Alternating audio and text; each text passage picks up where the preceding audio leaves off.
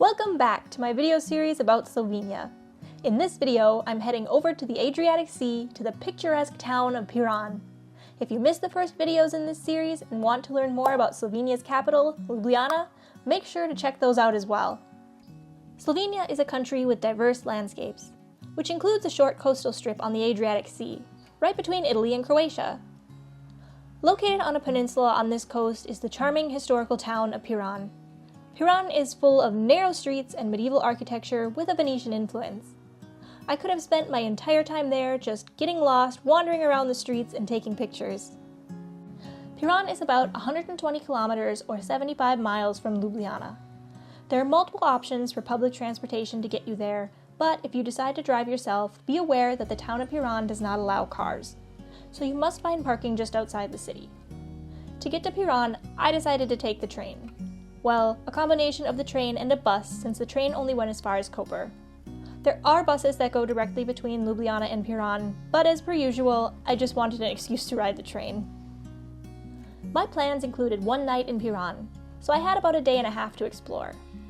In that time, I was able to see everything that I wanted without too much of a rush. But if you want to stay longer, there is definitely more to see, especially if you venture into the neighboring towns.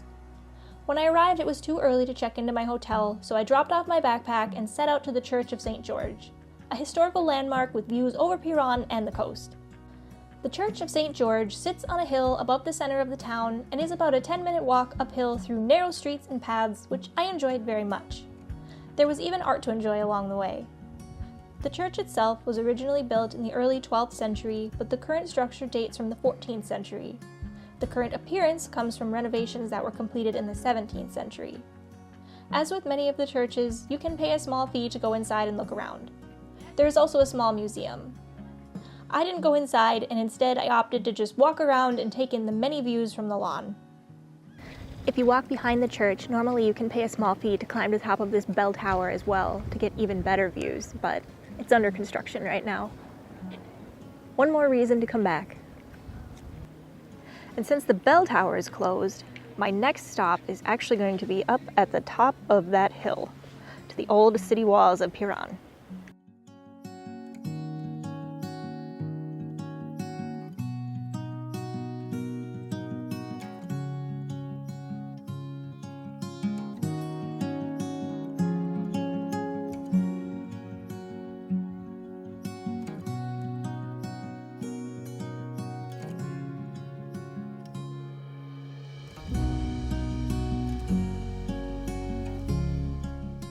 The construction of Piran's town walls started in the 7th century, but as time went on and the city expanded, new sections of walls were added as well. The walls and towers were built for defense, to protect the city from enemy attacks. From the Church of St. George, it is about a 10 to 15-minute walk to the town walls, which are open from 8 a.m. to 8 p.m. There is a small entrance fee, and at the time of my visit, it was €3 for adults, and children up to age 12 were free. Climbing to the top of the walls and towers offers a spectacular view of Piran and beyond. However, the passages are fairly narrow and some of the stairs were very steep, so it may be difficult for some people. So I hope I caught coming up some of those stairs on camera. I had no idea if I was even allowed up them. They were so steep and uneven, but I guess I am. There was another guy up here, and now I'm at the top of one of the towers on the wall, and look at this view.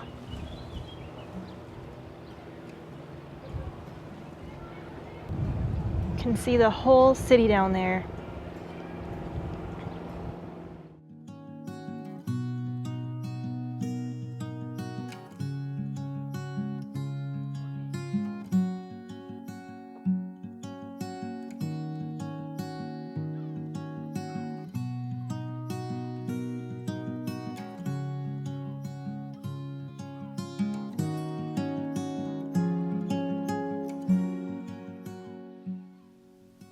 I've already done a bunch of exploring today in Piran, but it was time to check into my hotel, so I decided to come and do that really quick. And I wanted to give you a quick tour of my room before I head back out and wander around a little bit more and find something to eat. I'm staying at Memento B&B, and it's a small hotel tucked into one of those cute little alleyways that I've been showing you, and it's really nice. It looks fairly new, and it's super clean. and it's just the decorations, everything is perfect. Look at this wall. Isn't that neat? It's got a light in it. I don't know why, but I love exposed stone and brick. But yeah, this is really nice. I decided to kind of treat myself for this one night of my trip. But yeah, I have a nice big double bed, all these cute little lamps. There's a window over here letting in some nice light. Even the view out of the window is cute. Look at that building. Look at those little plants in the window. That is adorable. I love it. And of course, it's got a TV and a really nice bathroom too. Look at that fancy shower. Mirror, sink. It's just beautiful here. I could live here. Maybe.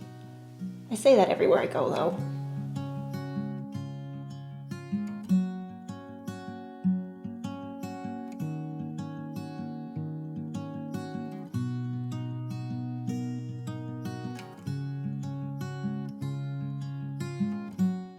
After checking into my hotel, it was time to continue exploring, starting with Tartini Square. Tartini Square is the largest and main square in Piran. It was named after violinist and composer Giuseppe Tartini. And here we are in the main square of Piran, Tartini Square. I just love the multicolored buildings. It's so pretty here.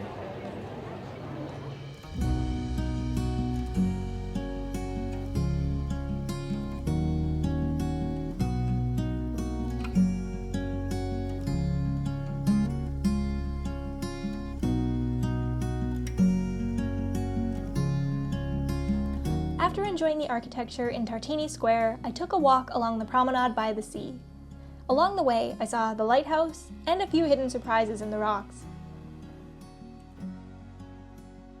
If you want to take a swim while you're here, there are plenty of staircases that lead into the sea. It wasn't quite warm enough for swimming when I visited. I guess that's the trade-off for visiting at a time when tourism is a bit lower, but the water did look inviting. I spent the next part of the day getting lost in the winding streets and alleyways of Piran, which I really enjoyed. It was so much fun to take pictures back there. And don't worry about getting actually lost. Somehow, no matter how many turns you take, it seems you always end up back somewhere familiar.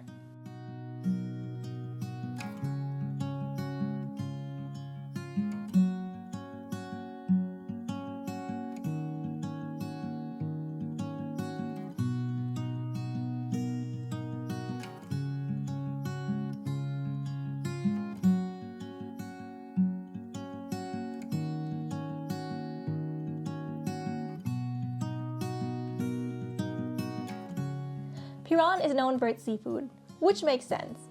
There are many great restaurants to choose from if seafood's what you're looking for. I found a nice little restaurant by the water and ended up with a bowl of mushroom pasta that I enjoyed while watching the sunset. If, or should I say when, I come back, this is one thing that I would do differently. I would definitely plan better and try some of the local seafood. But either way, I enjoyed my dinner with a view. Thank you so much for joining me for today's video. In the next part of my trip, I'll be heading into the mountains to Bohin. If you like this video, please consider giving it a thumbs up and subscribing. I'll see you next time. Bye!